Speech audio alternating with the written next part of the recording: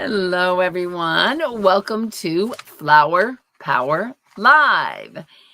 It's the 4th of July, and that means that Americans are celebrating our independence and the birth of a nation.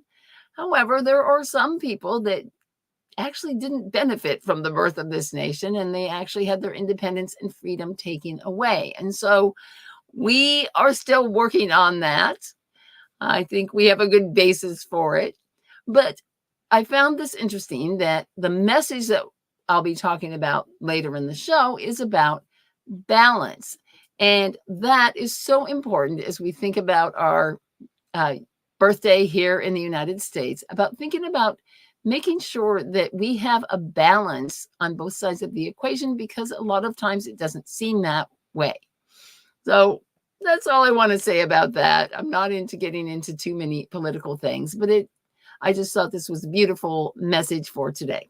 So I'm Allison from the Well Cultivated Life, and I'm going to talk to you instead about plants because I love them so much. So thanks for joining me here. So today's plant is this beautiful white spray of flower, and it is like our plant last week, lady's mantle. It's a little bit underappreciated and a little bit maligned.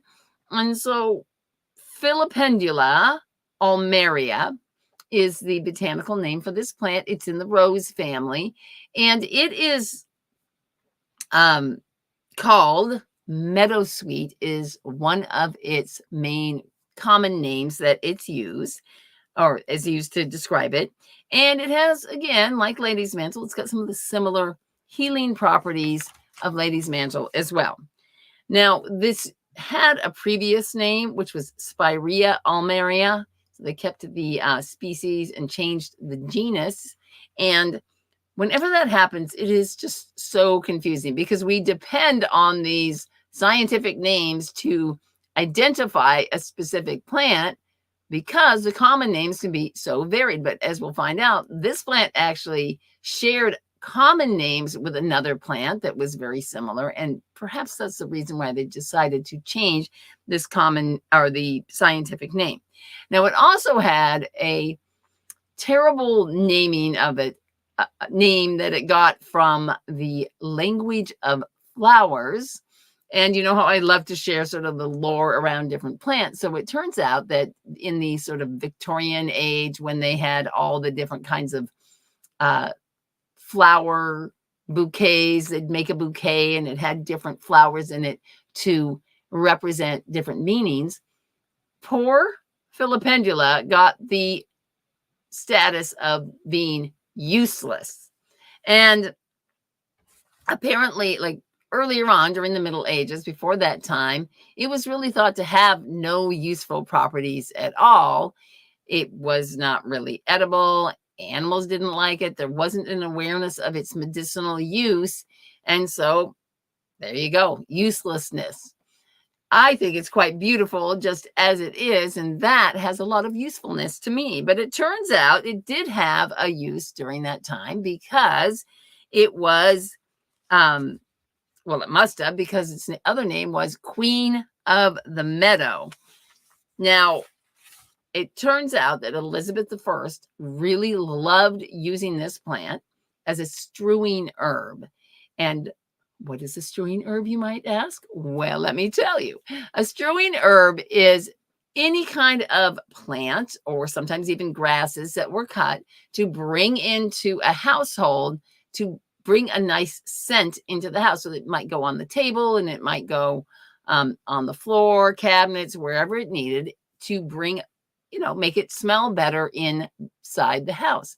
Well, it turns out that it wasn't just to make it smell better. It was to cover up what was generally a pretty bad stench inside most houses, because think about it, like, there was no cleaning products, there were no vacuums, there were brooms, but the floors were generally covered with the food that fell off the table, and there wasn't a lot of really heavy duty cleaning going on a regular basis. It might be quarterly or even maybe only twice a year, well, everything would get pulled out and cleaned, probably at the changing of the seasons. And so really what they had was literally like a compost pile going on the floor.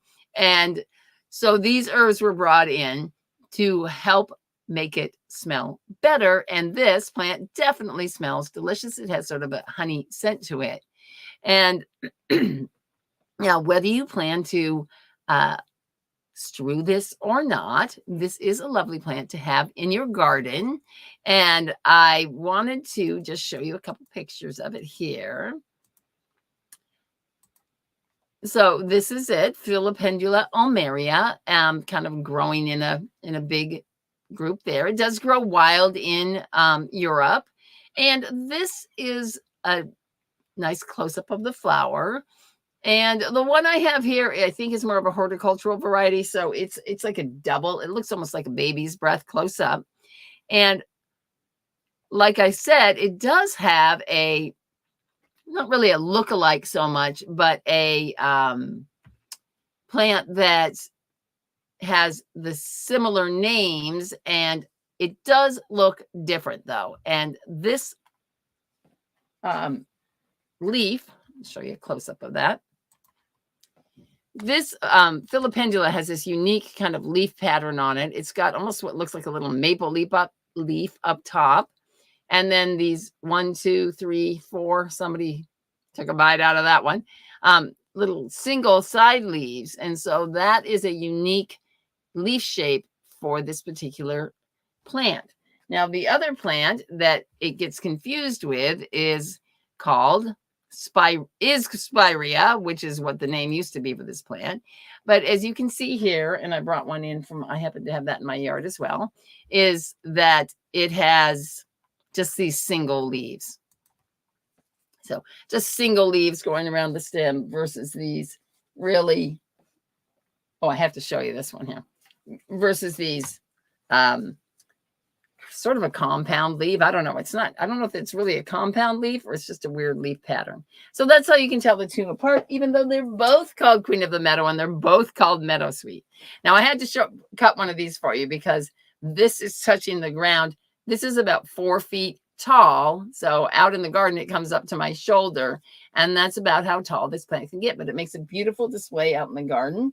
It's your typical perennial that likes, sun and blooms in the summer.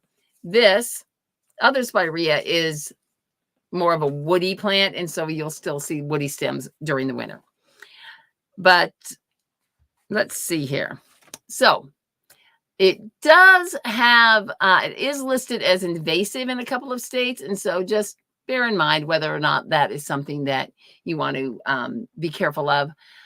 I have had it for like more than 20 years in my garden. I've never seen it move to anywhere else in the garden, so I don't know how invasive it is here. However, the Japanese beetles do love it, and so therefore maybe they're just eating all the flowers before they can go to seed. I do not know. Now, medicinally, Meadowsweet is an anti-rheumatic, anti-inflammatory, stomachic, antacid, anti-emetic, which means it keeps you from throwing up, and astringent.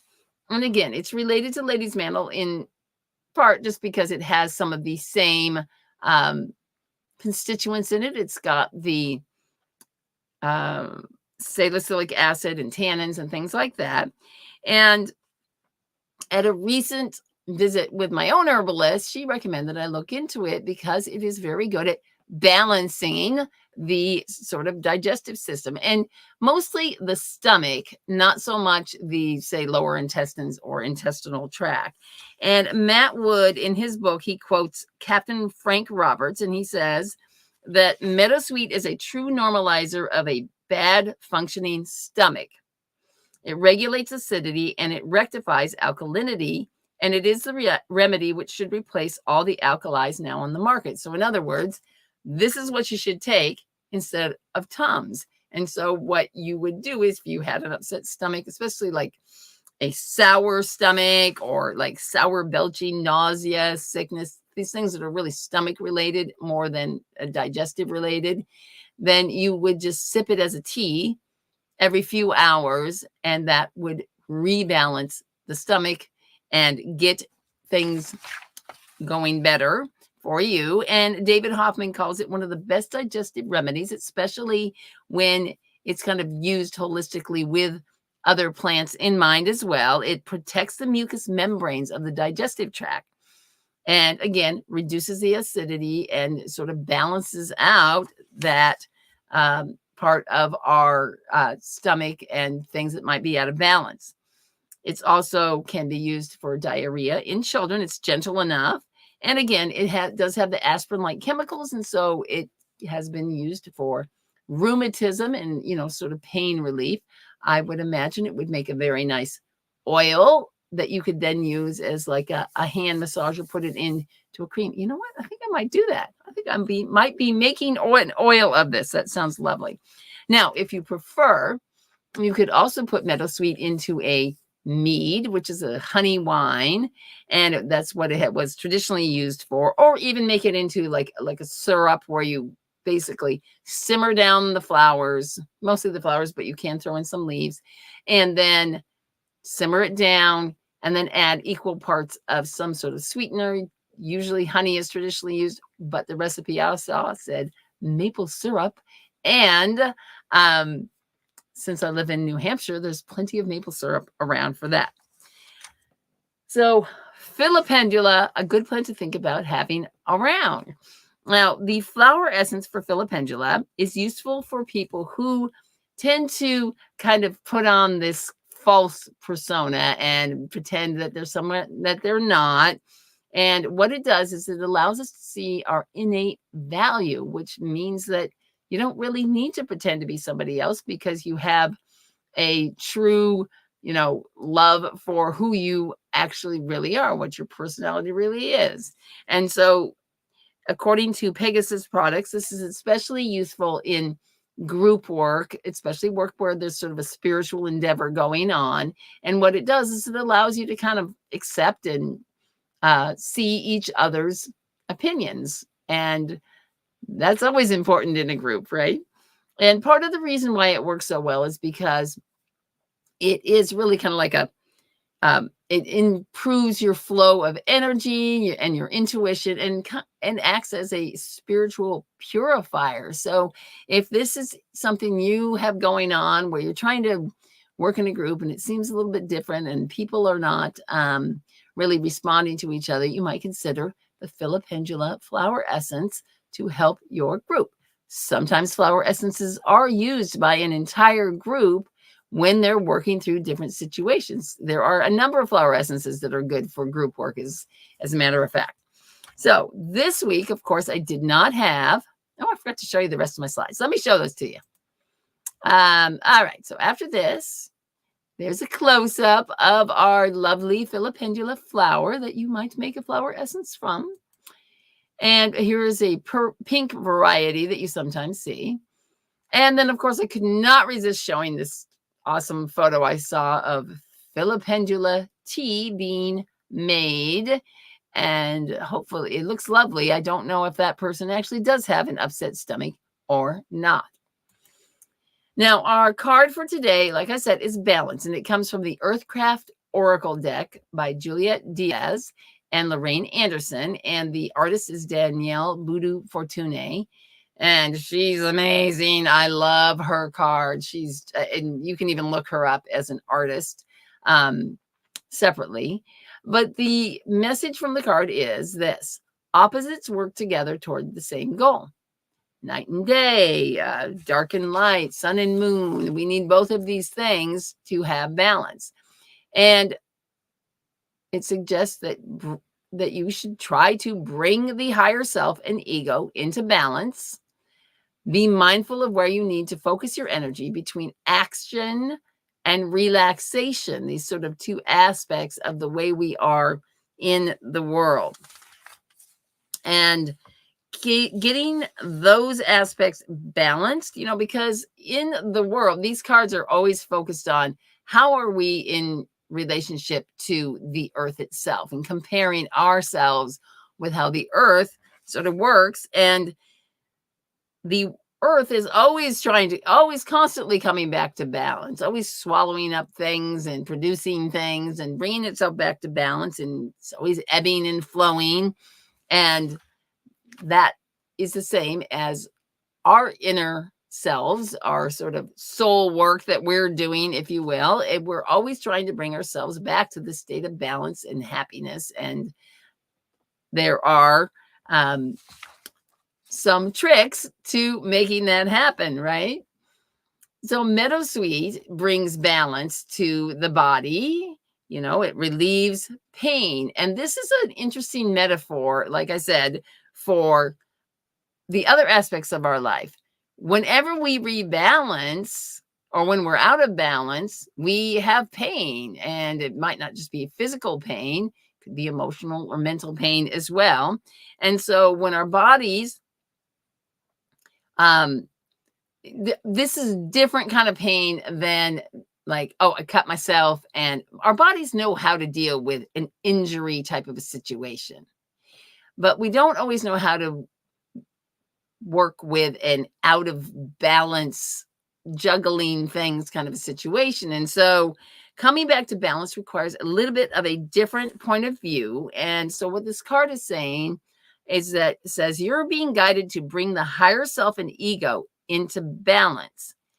And to me, that's kind of like the emotional, intuitive aspect of ourselves, and then the thinking, logical parts of ourselves. How do we balance those two things? We need both of them. We can't just say, I'm not going to pay any attention to what my ego tells me to do. Our ego, in many ways, is trying to mostly just keep us safe. But we also don't want to be squelching down our intuition, because then we're not having an enriched or meaningful life. So the question is, which way are you leaning right now? Are your scales kind of tipped in one direction or the other? You know, just like Meadowsweet balances the alkalinity, acidity, right? And so when those two aspects are balanced, we have neutrality. Either one of those extremes, we always think, well, acid is bad, but alkaline can be bad too, like bleach, right? So either one of those can do damage. And so how do we constantly bring ourselves back into balance in all the different aspects of our life? So, you know, this includes extreme thoughts or emotions. And it's important that we think about this, not just individually, but also collectively. And that's what I was kind of saying at the beginning of the show. You know, we are responsible not only for what we do, but how we show up in sort of the collective of humanity and what we're doing there. So just the message is to be mindful. Where are you putting your energy? You know, try to keep it balanced, bring it back together, and try to either ease off or add a little bit more into one of these areas to bring yourself back to wholeness.